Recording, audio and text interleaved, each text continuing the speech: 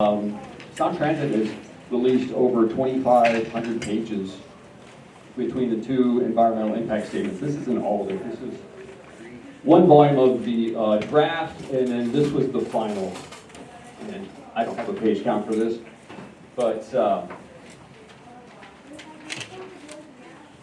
it was Sound Transit ST3 was approved by voters in 2016.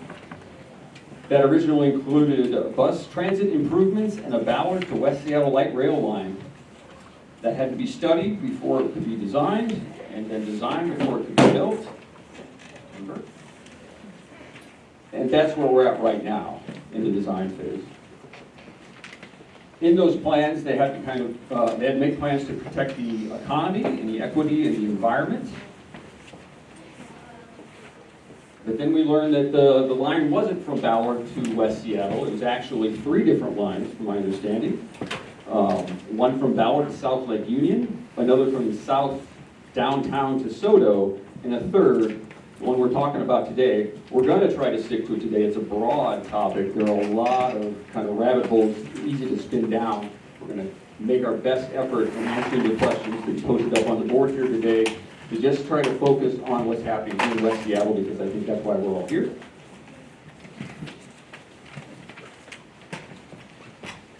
And I mentioned also, this is all the documentation, the facts comes from all the documentation that we have gained over the years here. Let's talk about some ground rules. I think this crowd looks pretty friendly. We're going to try to keep everything civil. We don't want a lot of talking over answers from our panel. I think we need to be, in general, just more civil here. It's been kind of a rough week, without getting too deep into politics and things. But I would like to introduce the panel right now. John Niles on the end here.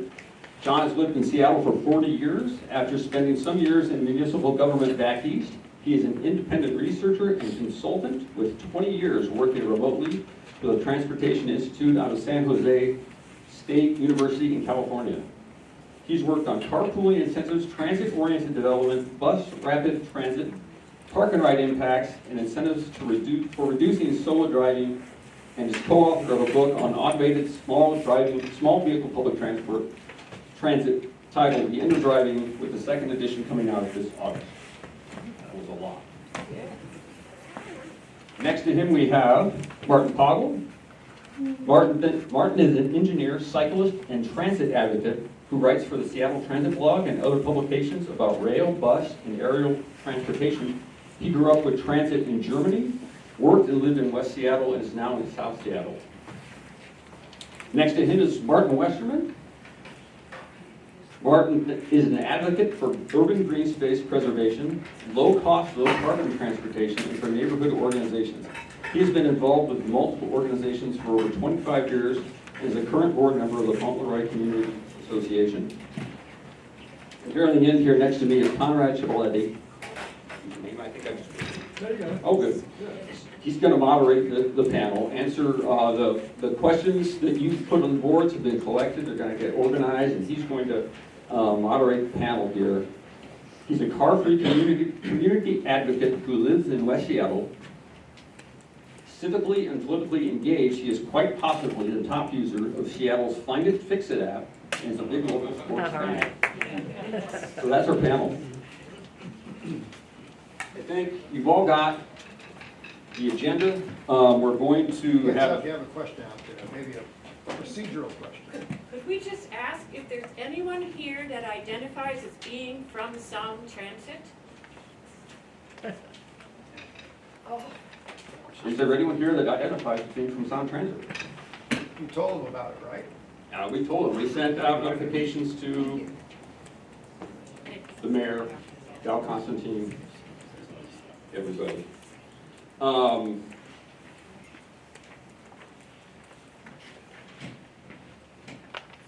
Yeah, so we're going to have 15-minute segments where they answer your questions based on the 5 areas that we've set up here for discussion. And I get to keep the time.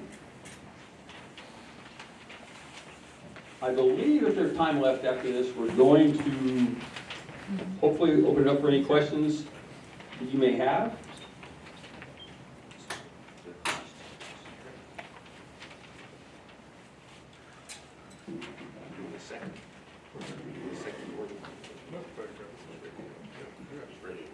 All right. Our first topic will be cost escalation. I have several questions here, and I'll basically just be triaging them to our three panelists. But to start, I see a question that says, do cost estimates include the cost of the new elevated bridge across the Duwamish? Marty, I'll have you start with this one. Yes. The cost estimates include the current design for the bridge, and no design is firm yet, is a suspension bridge with lots of cables, and it looks pretty good.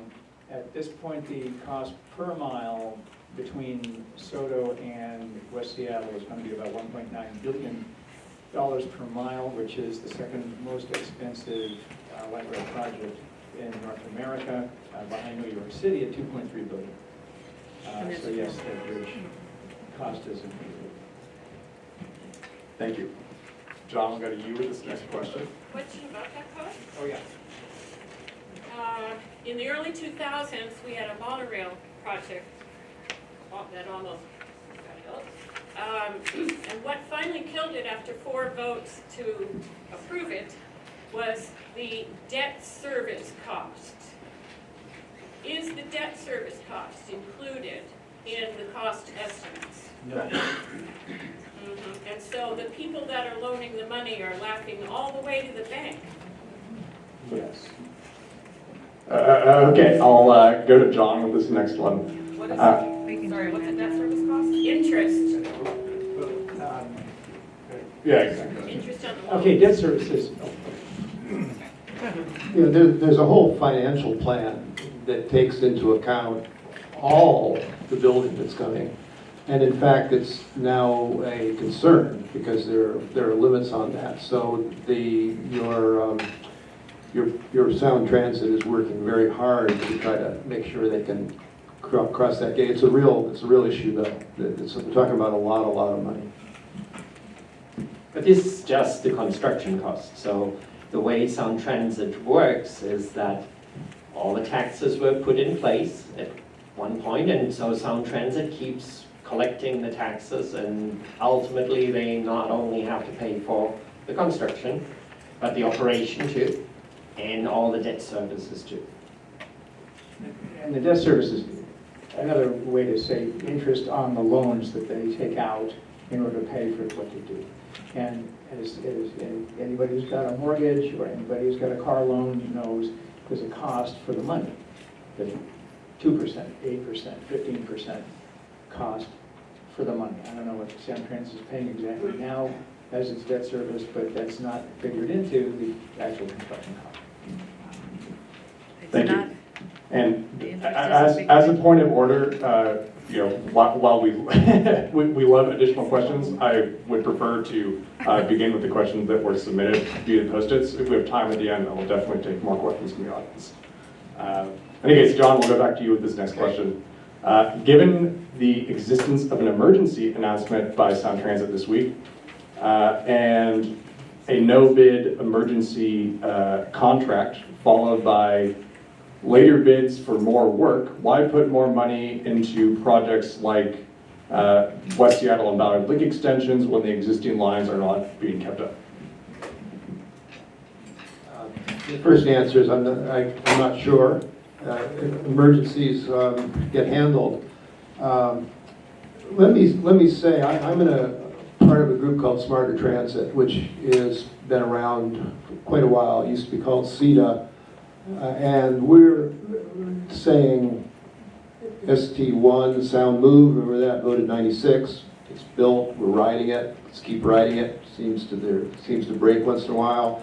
We've got the second one voted in 2008. We're riding some of it.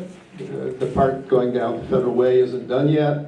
The bridge to the east side isn't done yet, but there's a train over there that's working. These things we don't know how that's going to shake out. And obviously things can happen that we have to, it starts, going on. 2009 is when it opened, so there's been a lot of years and maintenance has already started. So the fact of the matter is, there's a lot to say for shaking out the system that's already built. One of the issue we have with ST3, it's like a bridge too far. It's like, you voted in 2016 before you even started the second phase, so we think there's a lot to say for slowing down a little bit to test out and get people to it. There are issues actually with the size of the system to the north. The park and ride lots are full, the train's getting kind of full. I actually wrote an article in 2018 or so saying I didn't quite understand how all the people who are riding the bus into the city from up there, this was pre-pandemic, are going to fit on the train. It's beginning to show up now. You hear about people who can't find a space to park. So there, and let me just say one other kind of shocking number. The big number for 2010, and this was in 1996, we're going to have 100,000 people a day riding that train, and it'll go to the U, not even, yeah, to the U district, one past Husky, and it'll go to the one station below the airport. And it'll do 100, and I think over 110, 3 million, and including the commuter train, we'll do 3 million a month, 100,000 a day. They're only just now kissing that number. They're not there. You've got to have more and less because it goes up and down. And this, so we're decades later. They haven't got to what the first train was going to take. So there's a lot to say for pushing a little harder and making what we've already built work. Thanks, John. Marty, we'll go to you with this next question, please. Next question is, has anybody calculated cost per rider or cost per mile for this project? Metro Transit will cancel a route if it costs more than $10 per rider. It doesn't appear to be important to Sound Transit. The day that the SOTO West Seattle line opens at a cost of $7 billion, they're only going to have 5,400 riders a day, not the 27,000 that they forecast, and not the 37,000. 27,000 they forecast after ST3 that you voted, not the 37,000 a day that they said would ride before you voted on ST3. So the cost per rider the day they open, if they open, will be $1.3 million a rider. If Metro Transit would cancel a route at $10 a rider, this doesn't sound like a good expenditure of public money. The per mile cost puts us number 2 behind New York City right now at $1.9 billion per mile. New York is $2.3 billion per mile, and they haven't looked at flexibility of transit. So if the train breaks, what else are you going to take to get where you want to go? That hasn't been addressed in any of their studies yet. Thank you. Next question, just to mix it up, we'll go to you, Martin Boggle. What happens if Sound Transit cannot find any bids from companies to build the bridge no one has built before? What happens if the bids are too high for the budget?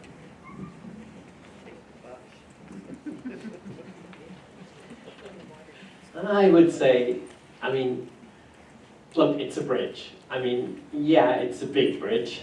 And it's actually bigger than what most people talk about, because we're not only talking about bridging the Duwamish, but the proposed bridge goes all the way to the busway, meaning where, so all the way parallel to Spokane Viaduct before it turns north towards the SOTO station. So it's a long, long bridge. But, around the world, this is not the biggest bridge.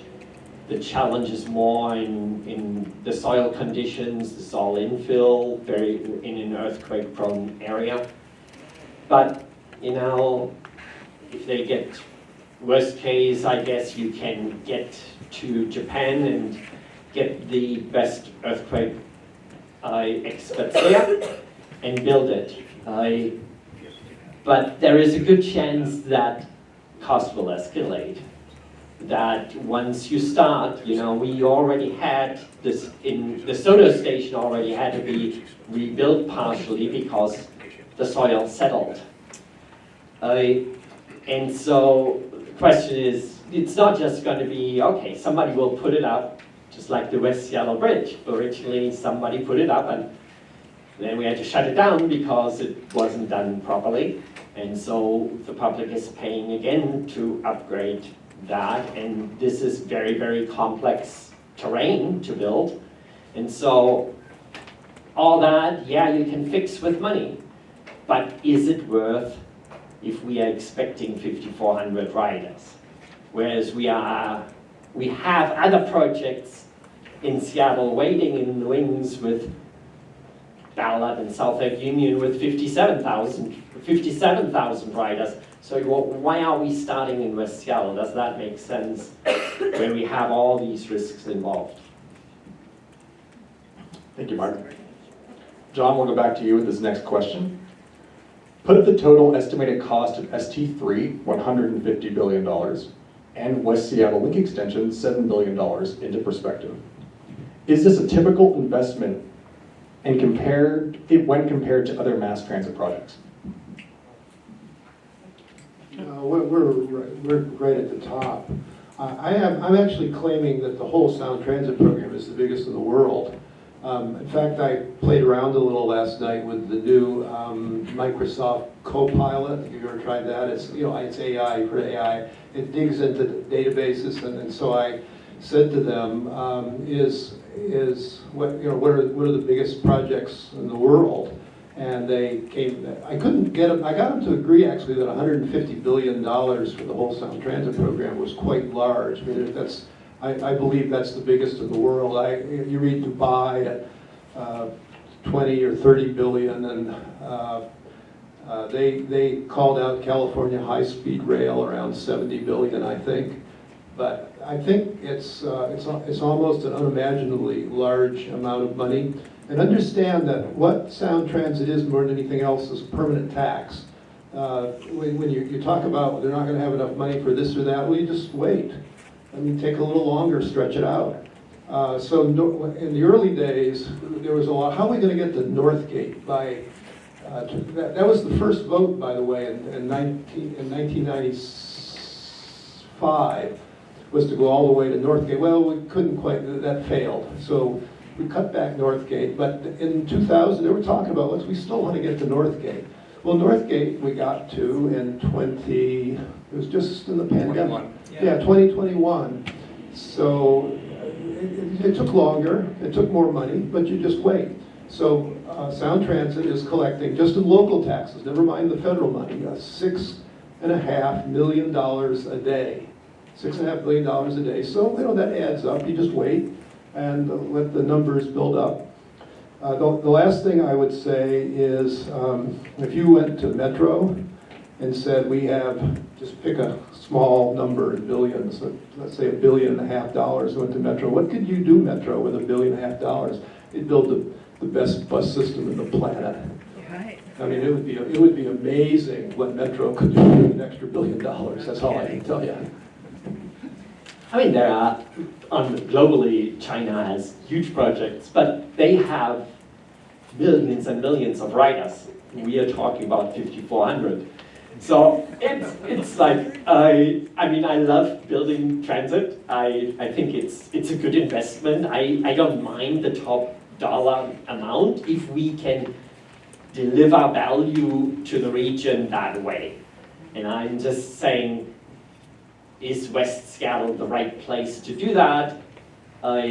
Those plans look very different from what the voters approved originally. And so does it still make sense to do that, to start here or to start in other places like Ballard and South Lake Union? And we haven't even built the first hill station, which was approved in Sound Transit 1. So. Thank you both. This will be the last question for the cost escalation portion. If we did not get to the question you submitted via Post-it note, please ask during our Q&A session at the end, or if you have another question, you're welcome to ask that at that time as well. But this is a juicy one. The FTA traditionally matches some portion of state and municipal funding for mass transit. President Trump has demanded political loyalty as a basis for participation in federal decision-making. What measures can Sound Transit use to replace possible federal refusal to match funds? John, I think I'll start with you again on this one.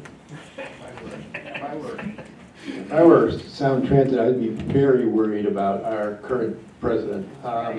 You know, you ever heard of that Doge thing where they have to take hundreds of millions out of the budget? Where's he going to get all that?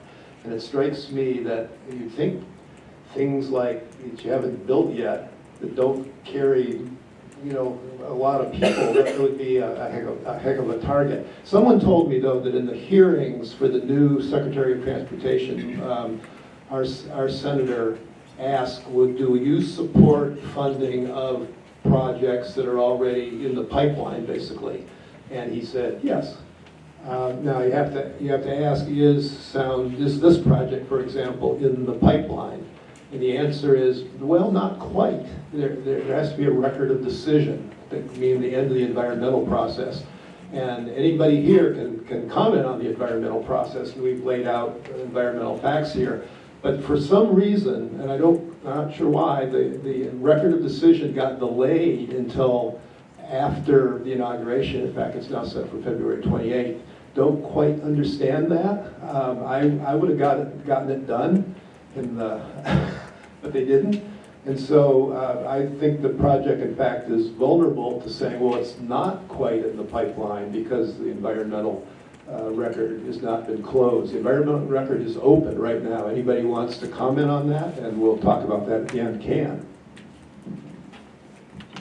Thank you. The next topic are questions around what voters approved.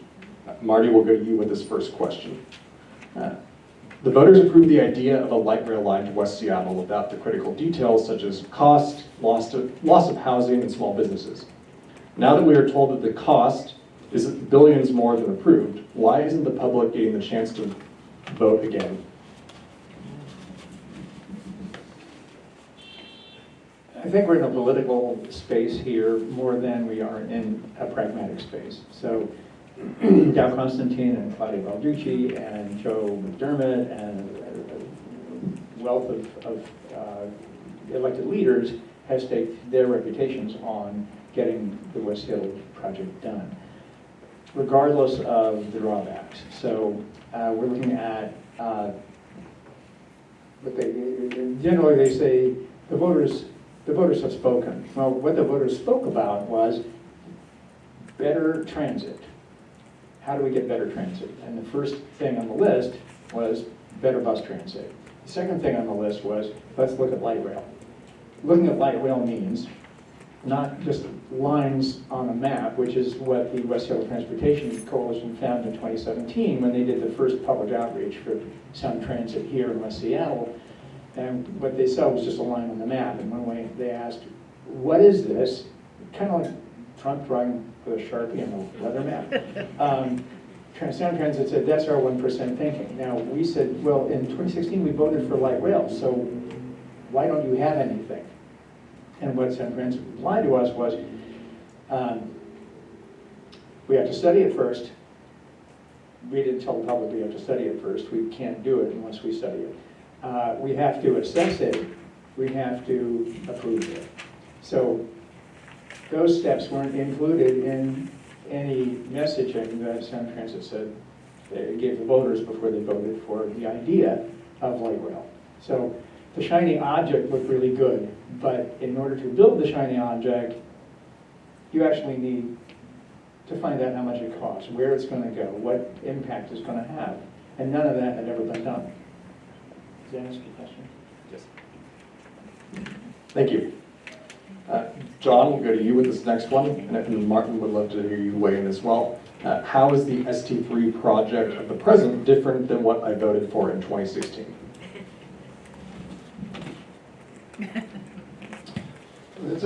let me answer like Sound Transit would, just sort of make it interesting. Well, we said you voted for light rail to West Seattle. We're serving it up, right? Look at that. It's all, we've laid it out here. Now, it costs a little more than we thought, doesn't carry as many people as we thought, maybe tears down some more houses and businesses than we thought, but we're, over and over again, they're saying this is what the people voted for, and this is what people want. So, what was the question again? How is the, Exactly. how is the project Well, now different? I think it's all laid out. It's all laid out here. It doesn't cost more, does less, does more environmental damage, and there are alternatives, I think, that haven't been well laid out. And when you're talking about $7 billion to make transit better in West Seattle, I'm not sure I'd start with building a 4-mile train and it tears down a lot of buildings and kills birds and cuts down trees, and you have to build a new bridge. That seems like a little excessive. Let's have a fight over some dedicated bus lanes. Something that's happened in Seattle over my time here, over the last 20 years is, listen, we'll paint lanes red and put buses on it. We'll do it. We'll do it now. Because people, we have the climate thing. That lets the buses go pretty good. When I take the bus from where I am down through the inner bay there, it's a lane all by itself for the bus, and I go flying by cars that are stuck. And I think that kind of action is worth looking at, especially when you're looking at so much money to build a train. Let me actually point out here, I pulled this document from the official Sound Transit 3.org website, which last year I think Sound Transit took down, but I made a copy of this. It says, West Seattle to downtown Seattle light rail. That was the promise in 2016, and that's what the voters approved for. They didn't really have an option. The option was really, do we tax the public to provide better transit options or not? So people were excited about that. I would have voted for. I didn't have citizenship at the time, so I couldn't. But that's exciting. Transit, to get where I need to be in transit is very important to me. But in the meantime, it got shrunk to only SoDo, to a stop essentially from SoDo to West Seattle. And the cost was 1.4 billion to 1.5 billion, and the ridership is 32,000 to 37,000. Now Sound Transit talks about 5,400 riders. Per day? Per day. That's Yeah, crazy. 5,400 riders per day, because they realize that, you will have to most people will have to take a bus to one of the stations, then get to SoDo, go up the escalator, go over to the one line, go down the escalator, wait for a train. It might be full. You might have to wait for the next one, and then go where you need to be. That's not really acceptable for people, so Metro's already said, we will continue to run the buses until this line ultimately gets connected. Now, because of the cost escalation to 7 billion, one last time around, 3 years ago, when they already published that it will get from 1.5 billion to 3.5 billion, that already caused delays. They said that ballot is not going to happen on the time frame anymore. We'll look for more money, and ultimately it got delayed further. And so now that it's 7 billion, it will cause further delays, and therefore the connection from SoDo to downtown will take longer. And only after that connection will happen, Sound Transit estimates the ridership now at about 27,000 riders. And so only then we will have 27,000. In the meantime, 5,400. So none of this showed any of the impact in the local community or any of the environmental impact. The DEIS now shows that it will have the carbon impact from the construction. It will generate more carbon from the construction than it will ever save us. What they voted in the voter pamphlet, it said that's the only way to help with climate change and reduce the the carbon emissions here in the Puget Sound area. Now in the environmental impact statement, they said, yeah, it's going to generate 380,000 ton of carbon, and that will never be mitigated with the savings in carbon. And they never looked at any other options like running electric buses, for example, which would do the same savings without the extra cost. Thanks. Great information, thank you, Mike. I was going to throw the next one to you, so you're welcome to add after that. The next question is not a question, it is a comment. It says, this is not what I voted for. The scope and cost of this project far exceed the benefits. Sound Transit has been evasive and does not clearly answer questions and concerns from the public. So feel free to respond to that comment as you wish. Well, all those people who Sound Transit are well-meaning, we like them. It's just that the project that they are embarked on is not what you voted for.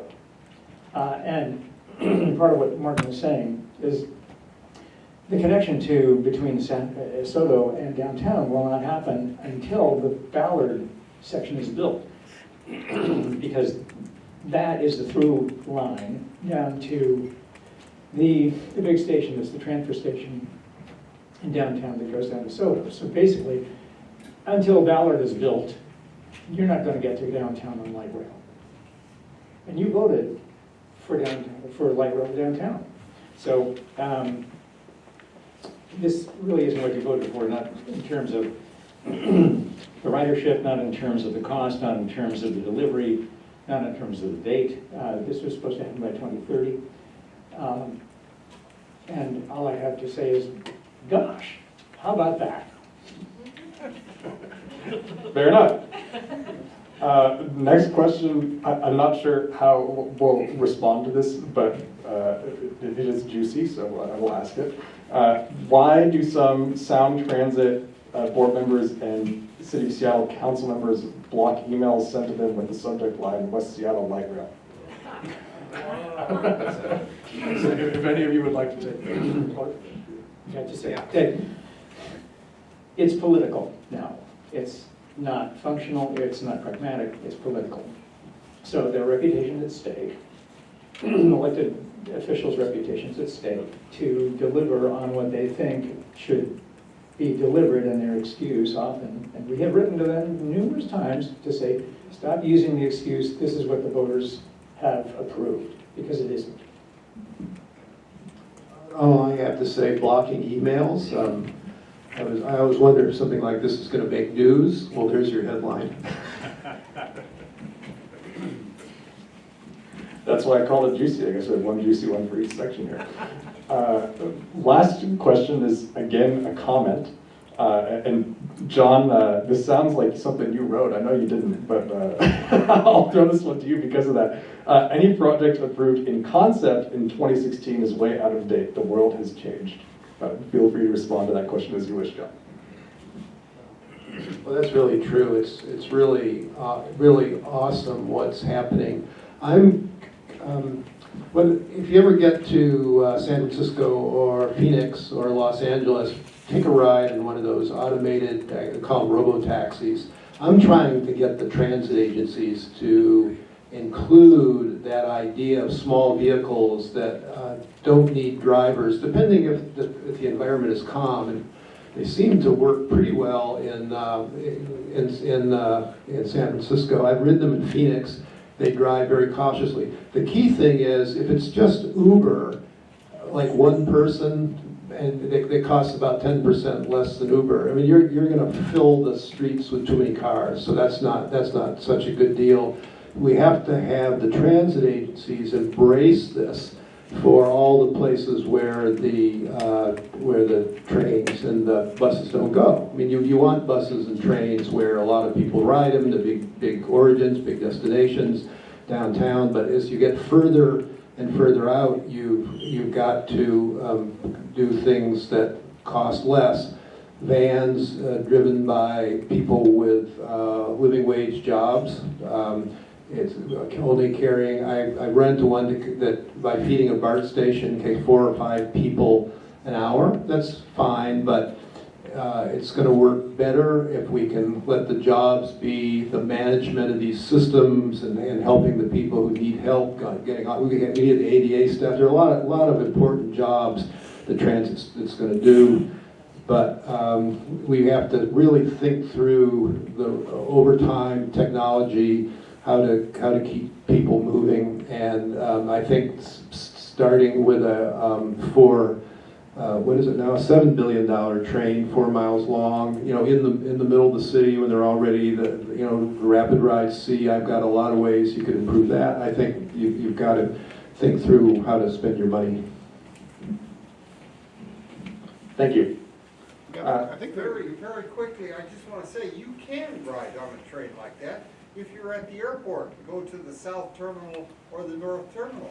that's right. We all can ride on that. That's exactly. There you go, it exists. It's absolutely true. And that's been there for years. I mean, when I arrived, yeah, that's called a people mover. And people movers are great. I mean, at airports, it's a huge, important function. And you can't drive close to the airplanes, right? Okay. Or you look at Vancouver SkyTrain and you have the automated trains there. Good points. The next section of questions is about the rider experience changes. I'll try to start with questions that apply to the region more broadly, and then we'll narrow it down to West Seattle specifically. But the first question is, when connected to a second downtown tunnel, would I be able to take the light rail to Ballard without a transfer?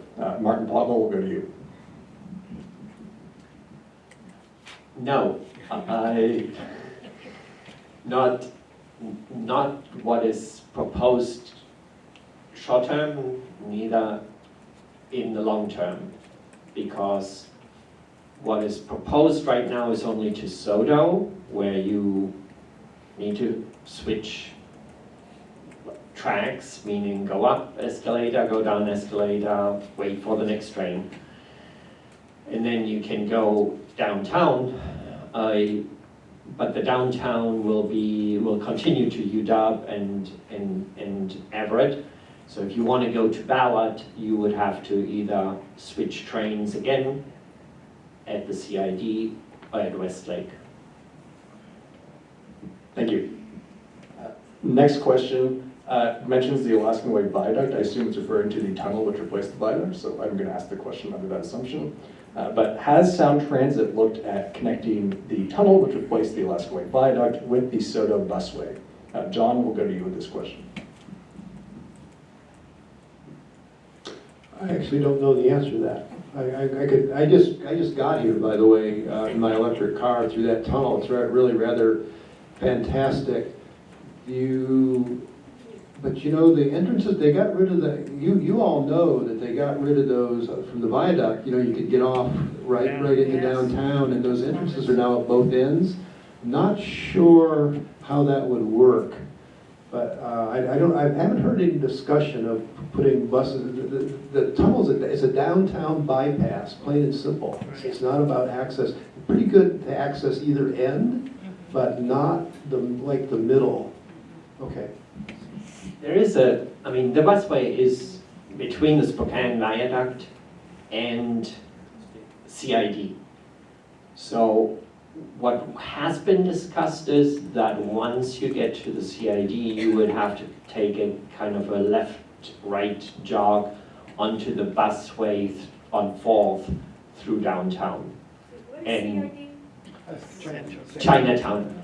International District. Sorry. CID. Yes, thank you for asking.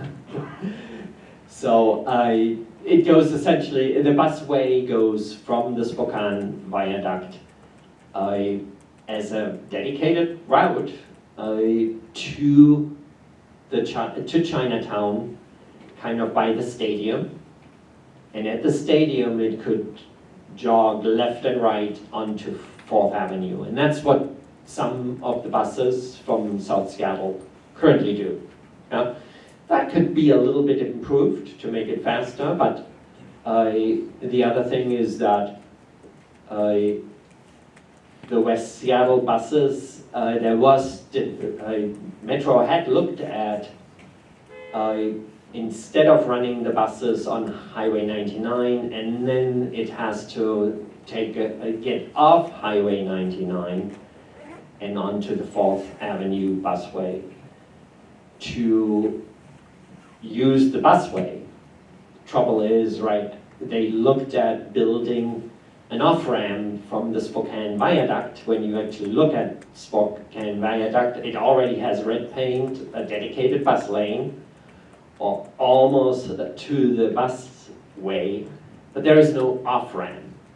Metro had looked at building an off-ramp because that would speed up the buses quite a bit and would take it off of Highway 99, meaning avoid any conflict with car traffic and trucks, and put it straight on the busway, which would get you right to the Soto station.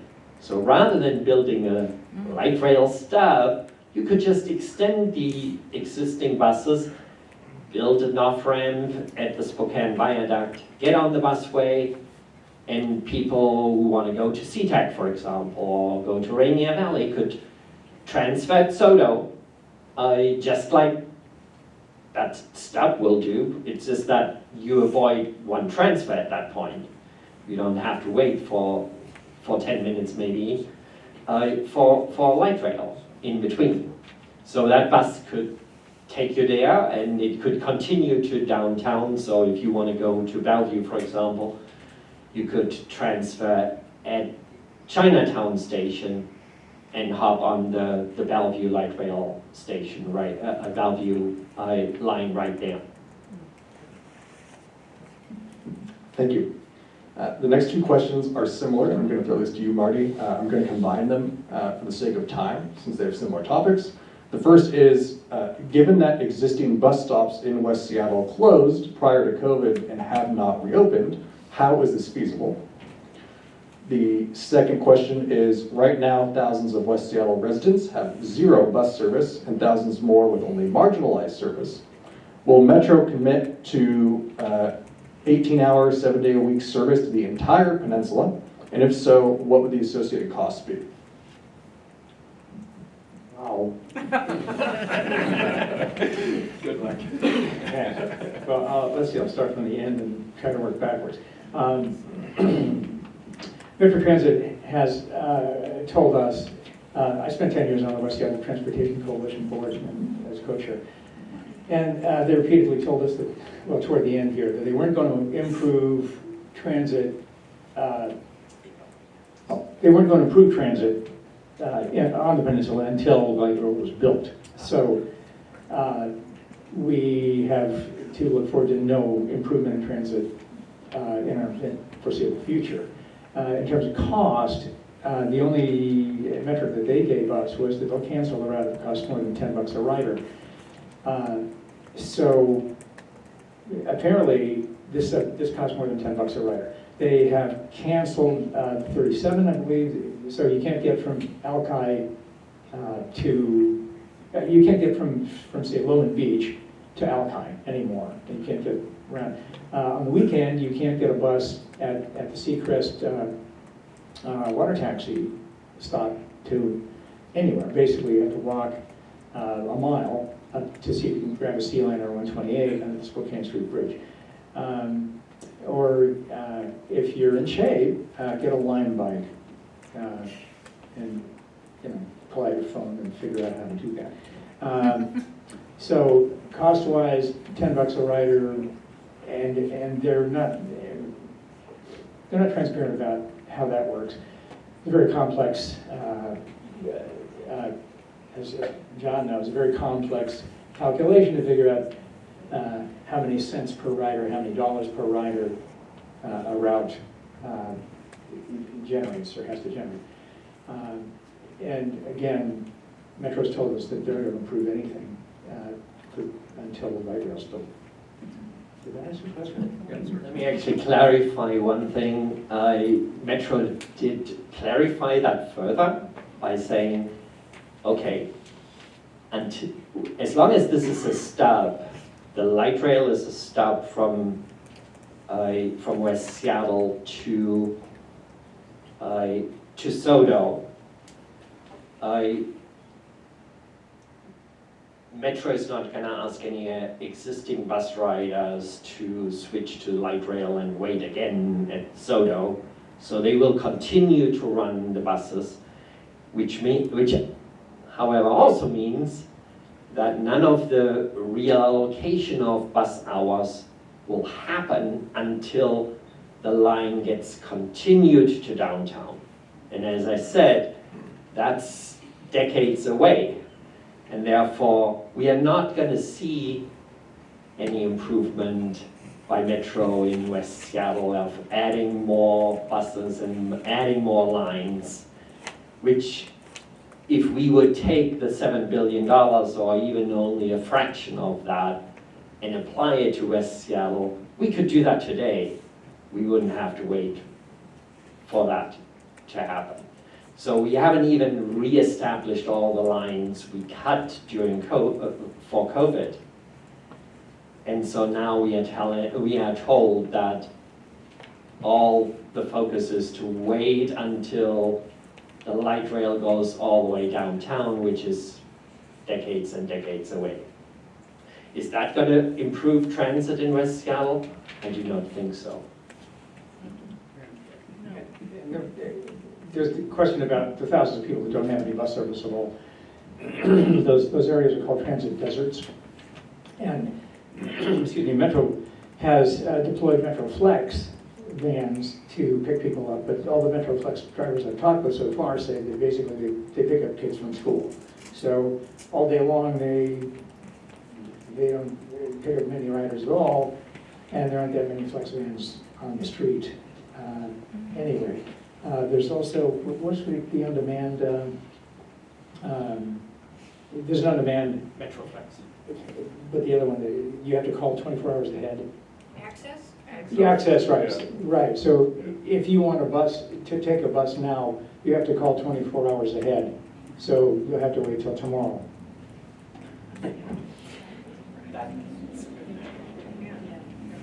Yeah, that's right. The map that Alan is now holding shows some of the transit deserts in West Seattle.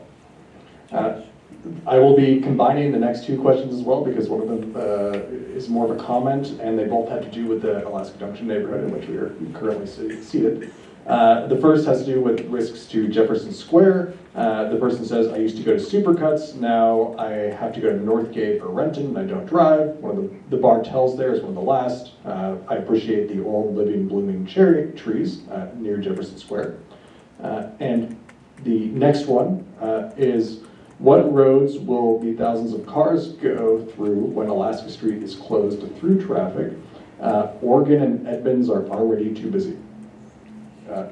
Martin Poggle, I'll let you start with that one.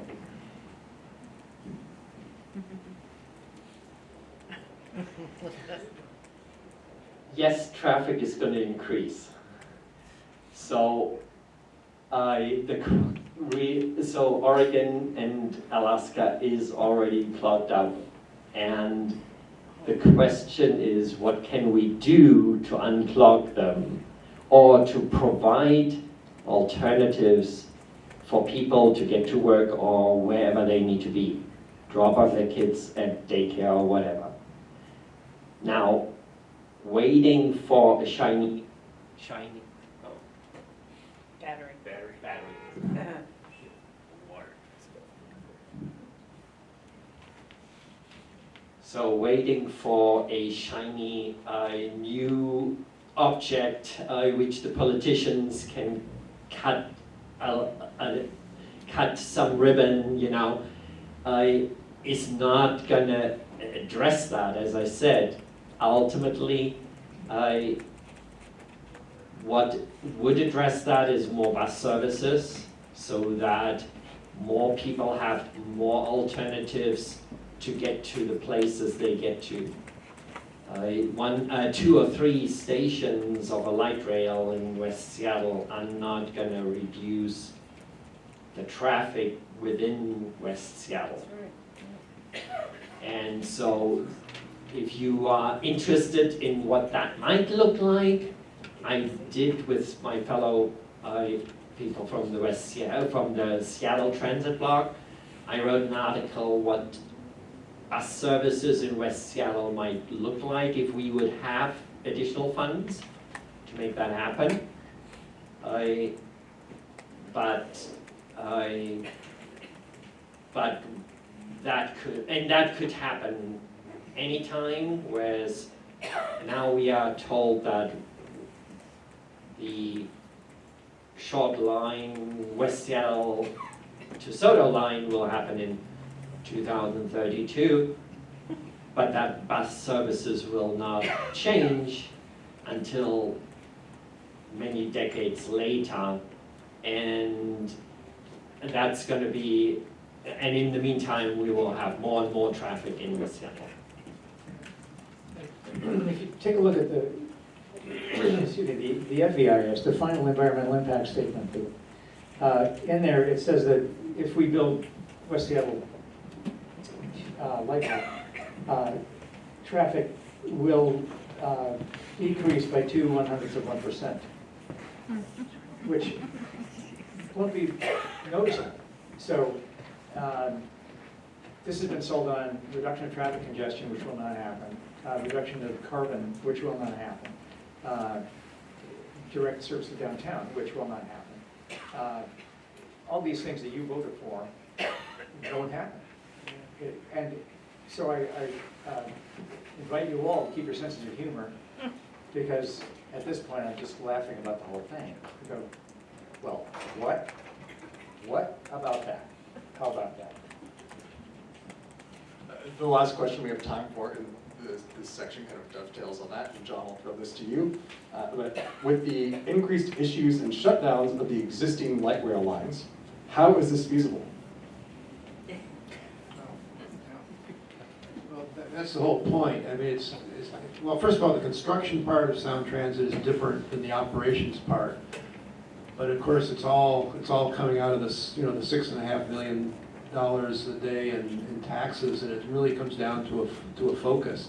I think, and I think there are some construction things that you might want to do even on the existing light rail. I mean, maybe put in some escalators where there are only stairs, make sure the escalators work. I think there's a safety problem in Southeast Seattle.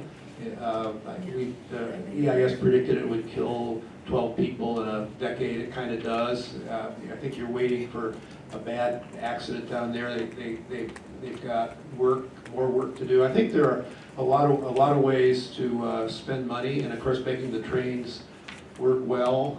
It's really disturbing to have to declare an emergency, and I think management focusing on getting West Seattle going is a distraction from the basics of getting what we've already paid for to work. Sound Transit is a huge construction company, essentially. That's what their focus has been for decades, and now that they are actually responsible for a high-performing line or two, they need to staff up. It's sad to see that they have to bring in HNTP for $1.5 million to address those issues, and cannot do it in-house. But I feel like that's a solvable problem, but it's, as John said, it's a matter of focus. We need them to focus on the operational aspects of running this efficiently, and give them a little bit more time. In the meantime, we can run the buses to Sodo and hop on it and enjoy the ride if it's reliable transit. It can be. Many other cities around the world have figured it out. I'm sure Sound Transit can ultimately figure this one out, but it's a matter of focus. Thank you, Mark. This next section is about the environment. When we get closer to 11:30, we will open it up for open Q&A for any additional audience questions, but for now I'll be going through some of these questions about the environment that were left on Post-it notes. So the first question, I'll go to you, Marty. The towers for the link extension at Andover will be built on the bank of Longfellow Creek, a salmon spawning habitat. An observation that 600 plus coho came up this fall at that location. The question is, how will Sound Transit mitigate the construction impacts to the creek and the wildlife living in it, beaver, salmon, otters, waterfowl, and more? At this point, they don't have much of a plan. I think their first thought is, let's just move Longfellow Creek, and that way we can put the bridge where we want to. When we talked to the Port of Seattle, the Port and suggested that the carbon issue, the habitat issue, the habitat restoration issue, and so on run against the Port's stated goals for the environment. The Port said, well, Sound Transit gave us what we wanted, which was to not build the bridge across Harbor Island and interfere with our operations. They put the bridge south of the West Seattle High Bridge. So at this point,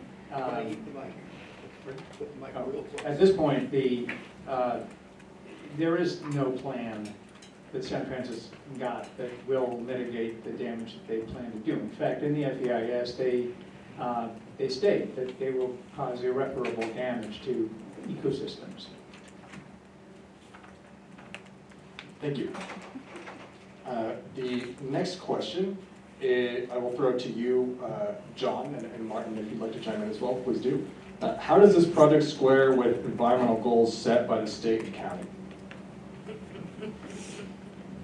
For some reason, and we're working on it, we'll keep working on it, this issue of carbon construction is not front and center.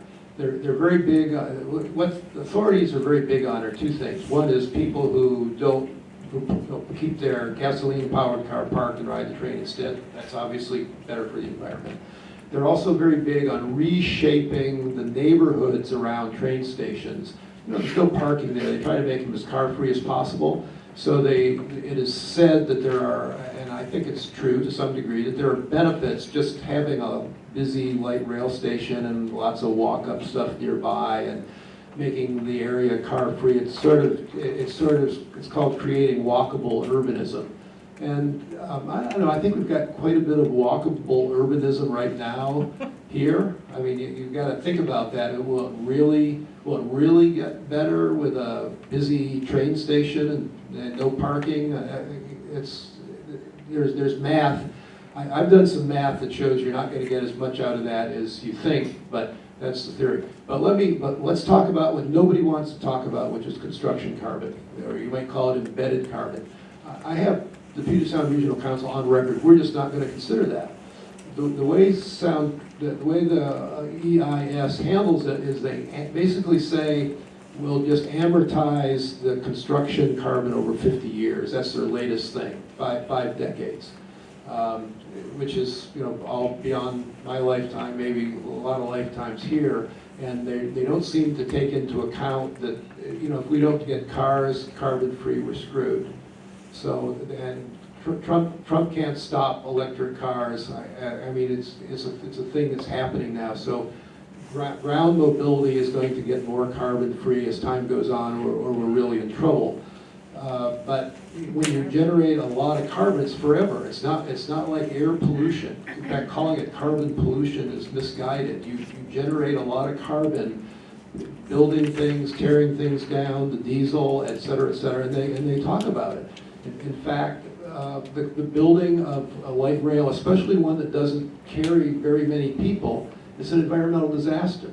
I mean, you're creating an environmental hotspot with an enormous carbon generation that's not mitigated in the lifetimes of most of the people here. I don't see many babies here, but you're the carbon, and carbon is forever, and we have a short-term problem, as you know, if you're into carbon, we have a short-term problem, and just generating a lot of carbon for something that's so far down the road it's nuts. Some people say drill, baby, drill. Some people say build, build, build. We have one of the biggest concrete plants right on the other side of Pigeon Point, and that's where we will generate a lot of the concrete built for this project. As John pointed out, if we can build another 100,000 rider and get lots of cars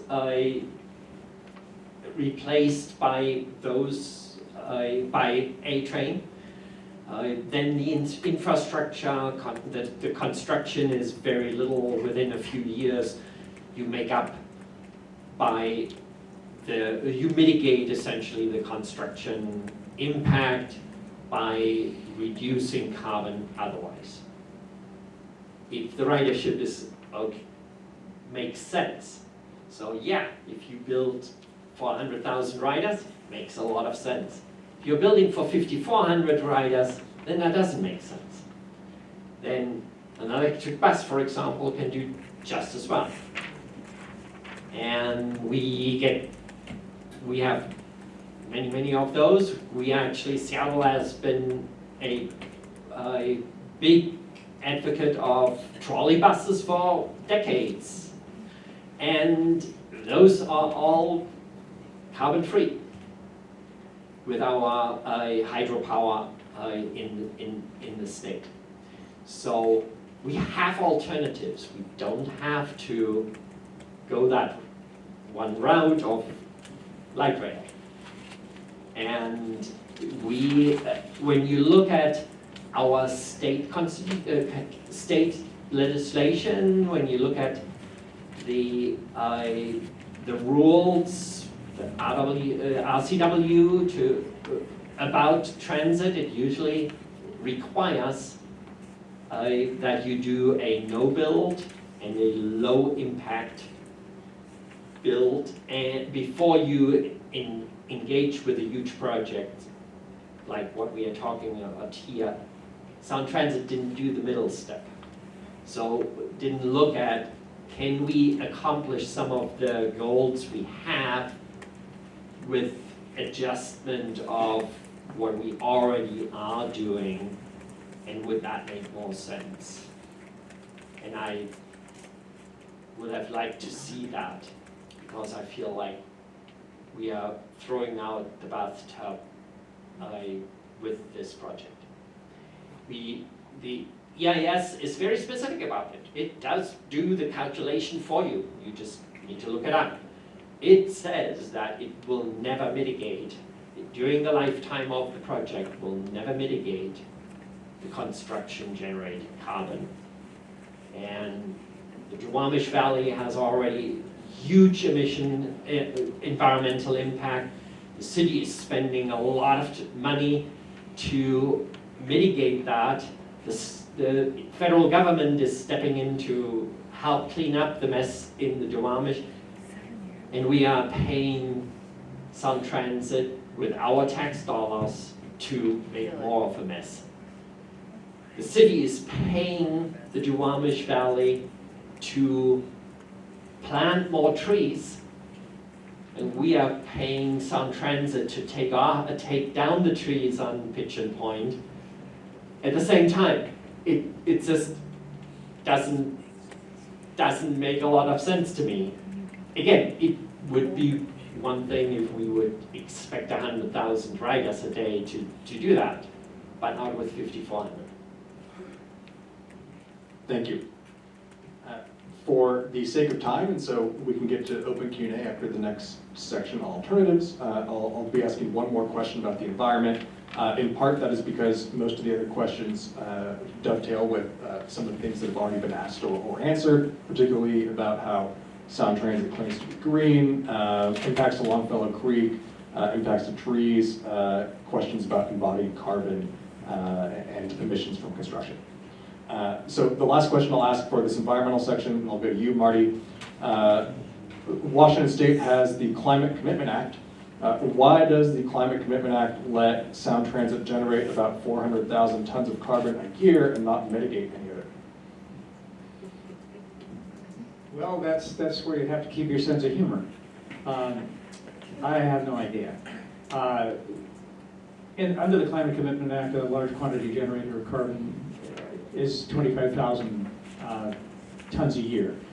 Sound Transit is generating about 400,000 tons a year. And in building the West Seattle stub that they're planning for rail, in the DEIS, the original draft, they said they'd be generating 600,000 tons over 7 years. So doing the math, we're 3 times what a large quantity generator would be called under the Climate Commitment Act.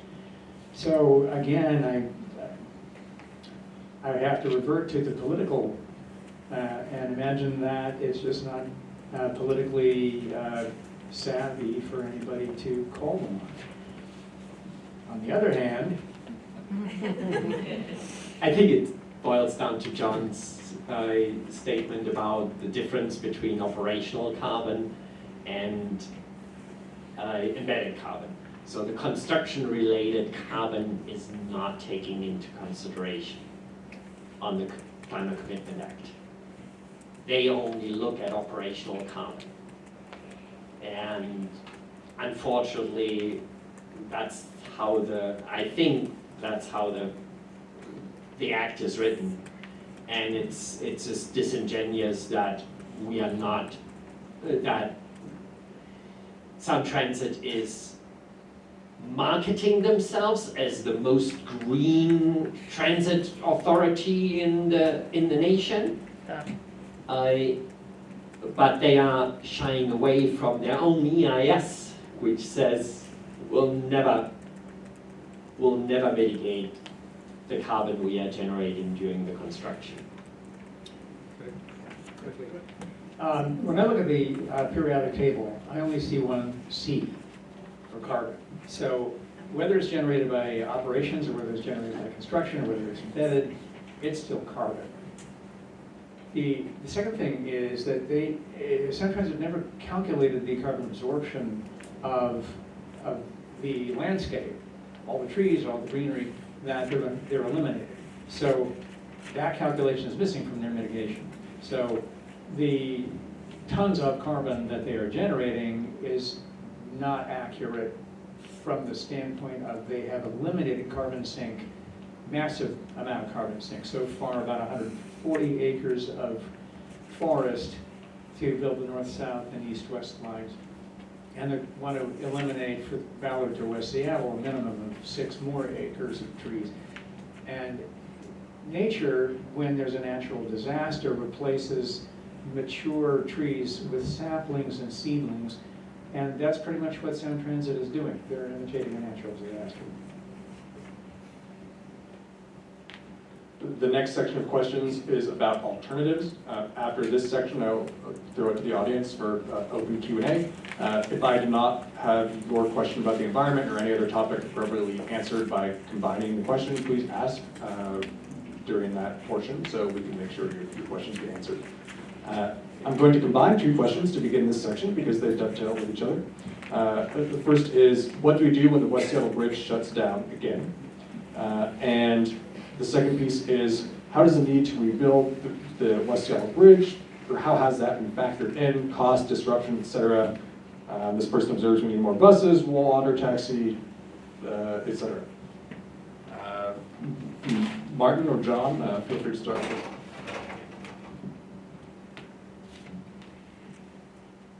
When the West Seattle Bridge shut down, all buses were redirected onto the lower bridge. So it's a lot easier to do that with a bus system. It's a lot more flexible. If we would have had more buses and more bus services, we wouldn't have gotten stuck in the long lines on the other bridge, the alternative bridges. Yes, of course, any transit will help if roads will shut down. So yeah, in a sense, a light rail would add another bridge. On the other side, buses can be redirected to the lower bridge. They do just fine running on the lower bridge. They can get on Highway 99 that way. And so it's not the only way to do that. Can I answer that? Yes. Next two questions will be combined as well because they're similar themes. Is sound transit required to study alternative forms of transit, or does it only need to justify or show how only light rail is built? The second question, which is similar, is my understanding is that sound transit is required by law to consider a low capital option that maximizes the current system. Did they do this, and if so, what do you think that low cost option could be? John and Martin, I'll give it to you. The short answer is no. We're starting to look into that a little bit more. They pretend they do. Marty, we've got some work to do to look at, and we've all got some work to do to look at exactly what they studied. This was before the vote. The sound transit story is, the whole EIS process is about where to put the light rail. It's not about alternatives. They have a no-build option, and the no-build option, of course, to those of us who are trying to do the right thing would say, well, there are a lot of no-build light rail, make the buses work better. You know, take a couple $1 billion and make the buses work better. That's what we'd say. But they say, the sound transit story, oh, well, we studied that. We already decided. And there's a study. It's called the South Corridor Study. But there's absolutely no documentation of what you call an apples-to-apple comparison of where the situation stands right now. You know, a $7 billion four-mile train.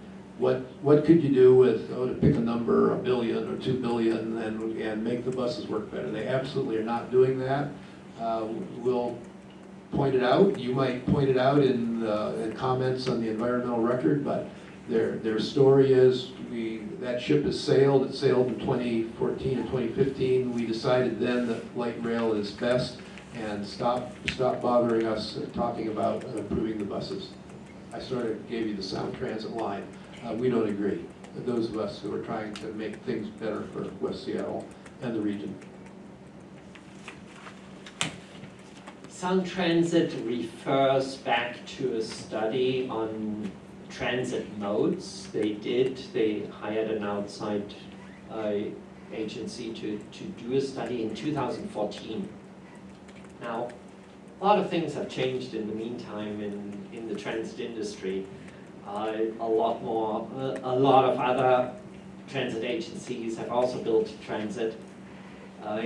And some of the assumptions have changed. We had a pandemic, we had work from home, and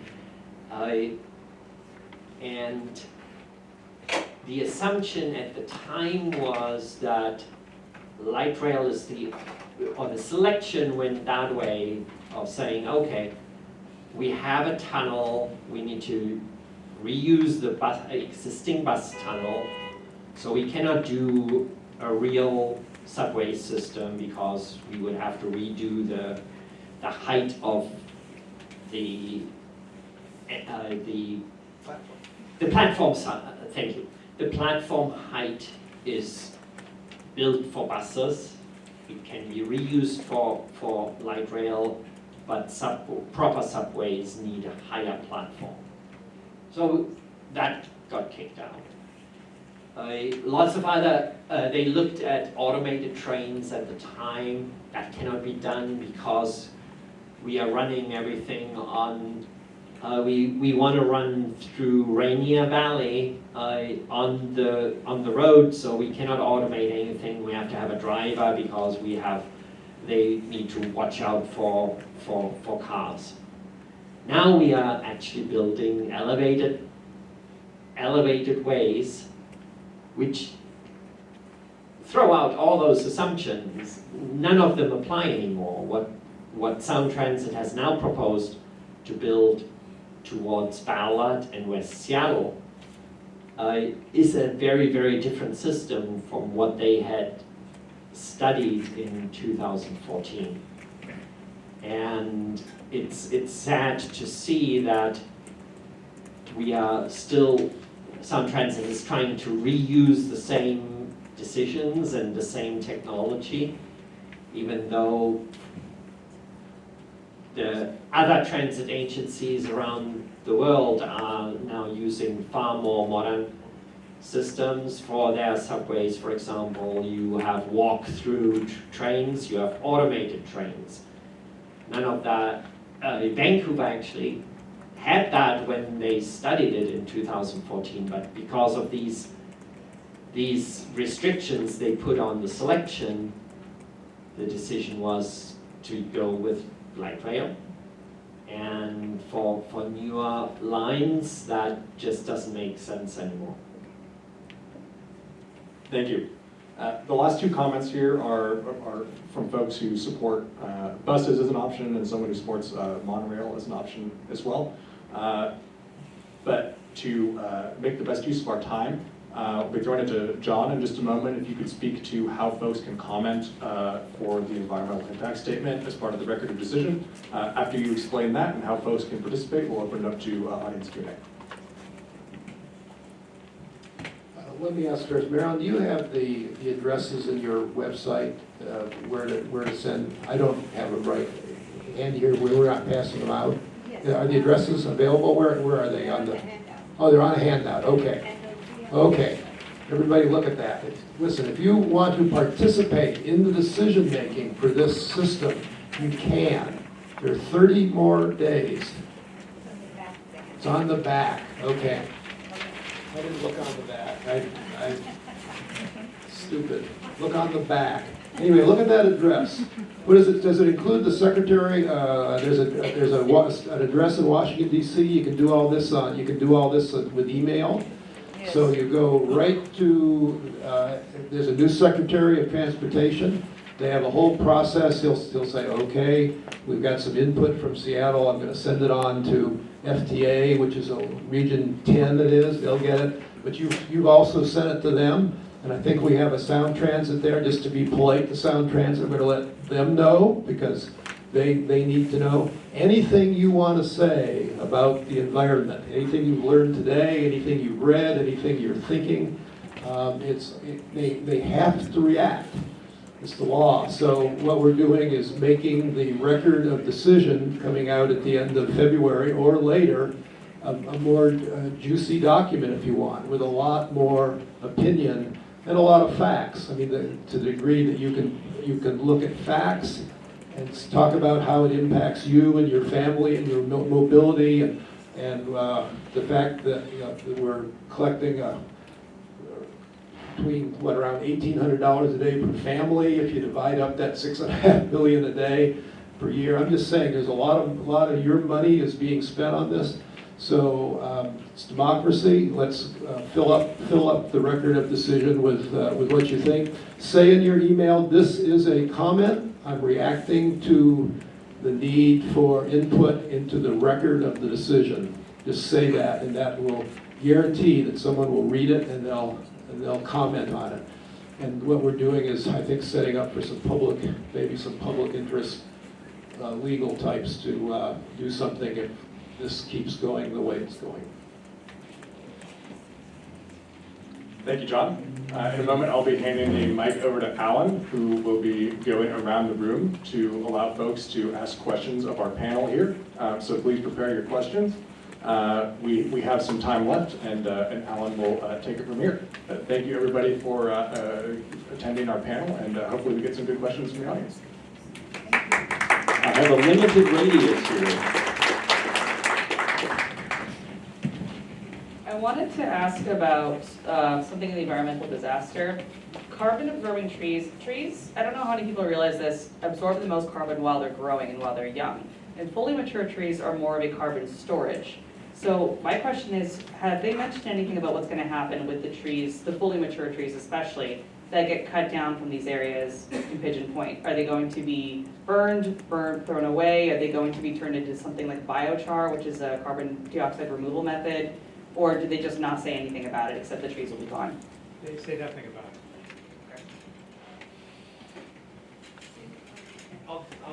Yeah. Marty's answer was they say nothing about it. Yeah, they say nothing about it. Usually they don't.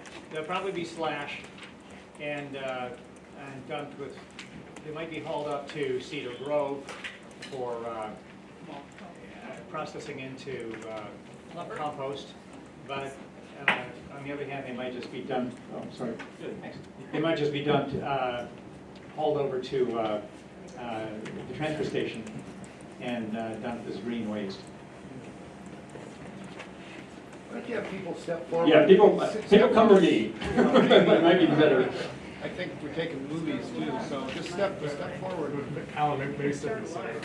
Step to the center. Sorry, follow me. Just come right up to this mic here and, I'll get out of the way. I don't think I need the mic, I'm just loud. But having said that, isn't Ballard different from West Seattle in this way? That in Ballard, there is one central commercial center at Market Street and Greary and such, with several highways leading into it. Whereas in West Seattle, we have the Admiral Junction, the West Seattle Junction, the Westwood Village, we have Alki, and so on, all of which are isolated from each other. And to get to downtown from any one, you need transportation between these centers. Isn't that different from Ballard? Yes or no? I don't know for sure. Thank you. Thank you. Yeah, it definitely is a lot easier to serve Ballard, but when we talk about the Ballard line, it's not about just Ballard. Yeah, we are also serving, that line would also serve South Lake Union, Seattle Center, Interbay. So it would, here in West Seattle, we are talking about 2 or 3 stations, and that line would be about 10 stations. And so there are a lot more people along the way, but as you said, it's much easier to serve that area. Unfortunately, Sound Transit doesn't even plan to go into that center really, but just serve the outskirts of that center. But that's a different discussion. Thank you. Hi, my name is Vanessa, 35-year resident of West Seattle. It seems like so many of us are pro-bus. I mean, who put the kibosh on the whole bus system? I mean, we took a percentage of that $7 billion, think what they could do with eco-friendly buses. I'm for buses. I mean, so what would it take to get an initiative on the ballot to say, this is not what we voted for, let's vote for something new? I mean, does it take like 100,000 signatures or something to get? Sound Transit is not subject to the initiative. Sound Transit is specifically not subject to the initiative. So we can't vote again. Now, why are we here? yeah, well, your best leverage is, believe it or not, is the state legislature. Sound Transit is a creature of the state legislature. There are laws, RCW on that. So it's really about getting to your elected state representatives and senators, frankly, is the best thing to do if you're going to start something. We do have a Smarter Transit, smartertransit.org does have a change.org petition you can sign, and our vector is the state legislature. So that's one way. That's one way to sign your name to something that it can be used. But the big thing is, so when you comment on the record of decision, send it to your state representatives as well, saying I've learned some new things about the environment effect, and I want you to know that I think we're going in a wrong direction right now. But that's this record of decision thing at the end of February. That's why it ain't a done deal until that's issued. So anything, flooding that in and talking about that and telling people to read the FEIS. I mean, it's a lot of work. But state legislature is what I'd work on. Yeah, state legislature is a long process. I know. So the sound board, I mean, the mayor and Balducci and everybody, I mean, look at the sound board, and those are your local representatives who are making decisions on your behalf. They have, next year, they have to approve the funding for this project. So make sure that you communicate with your local representatives who are on the Sound Transit Board. Short term, yes, the record is not done, so short term, get on the record. Medium term, go to your Sound Transit Board members, and long term, we need to change the legislature on the foundation which rules the Sound Transit.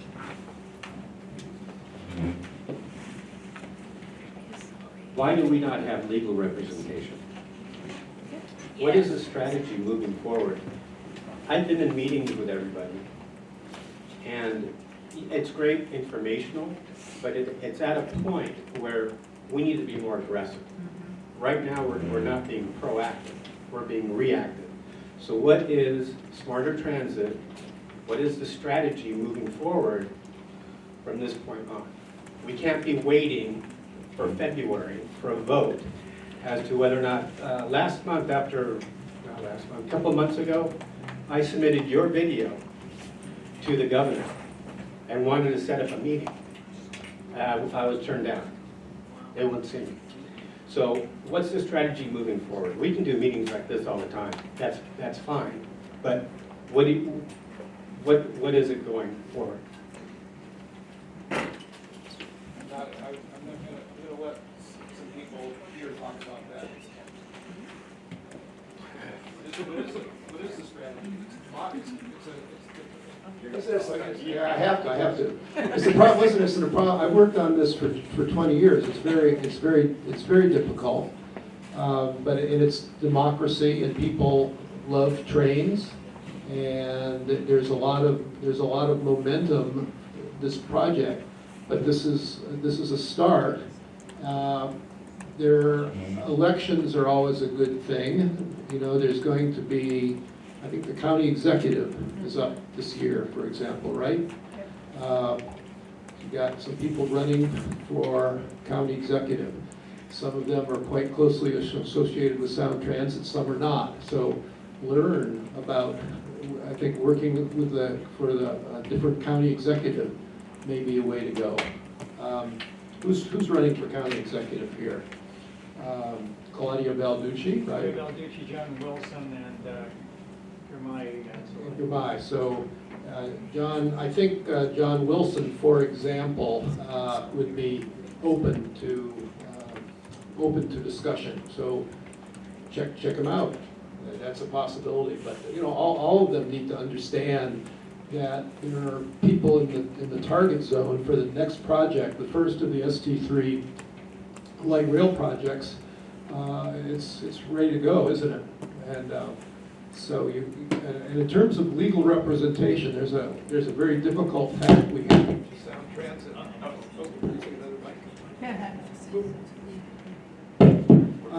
The Sound Transit has got commitments for most of the law firms in town. We need some new lawyers to work on this. I don't know any. Maybe you do, but that's important.